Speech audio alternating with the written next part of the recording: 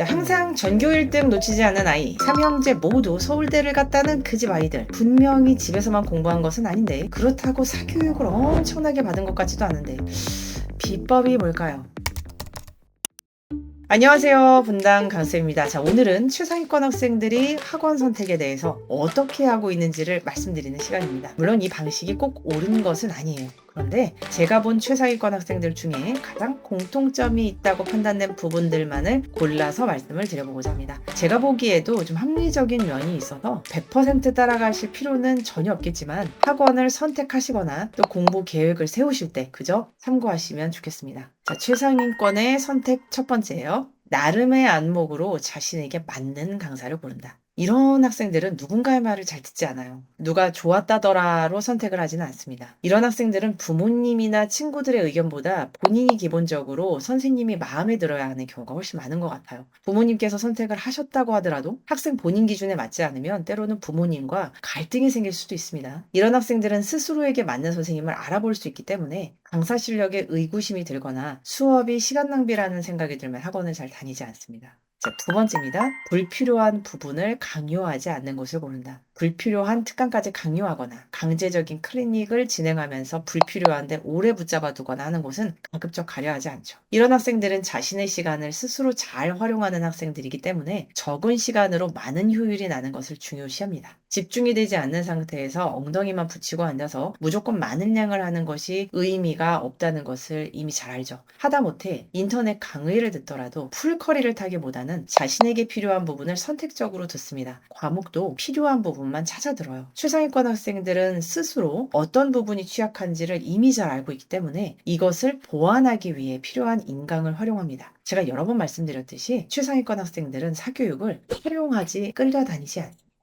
세 번째입니다. 질문을 마음껏 할 수 있는 곳을 중요하게 생각합니다. 오히려 최상위권 학생들 중에 대형 학원을 좋아하지 않는 학생들이 꽤 많아요. 많은 최상위권 학생들은 이미 본인만의 공부 방식이 형성되어 있는 경우가 많습니다. 이러한 방식이 학원 시스템에 의해서 일방적으로 변화하는 것을 좋아하지 않는 거죠. 대형은 어쩔 수 없이 시스템이 강하게 작용될 수밖에 없는 면이 있으니까요. 또 이런 학생들은 모든 의문을 끝없이 해소하는 걸 중요하게 생각합니다. 그래서 강사가 실력적으로 믿을만하다 판단이 되면 낮이나 밤이나 궁금한 점을 계속 질문을 하죠. 그렇게 질문을 해소하면서 스스로의 상태를 점검하고 이미 알고 있는 부분도 제대로 알고 있는 건지 확인을 하는 질문을 또 합니다. 저는 학생의 질문은 항상 직접 답해주는데 어떨 때는 1시간 넘게 혼자 질문하는 학생도 있어요. 이런 학생들은 한가할 때 다시 오게 하거나 늦은 시간에 줌으로 해결해줍니다. 아우 그냥 질문을 그냥 아우.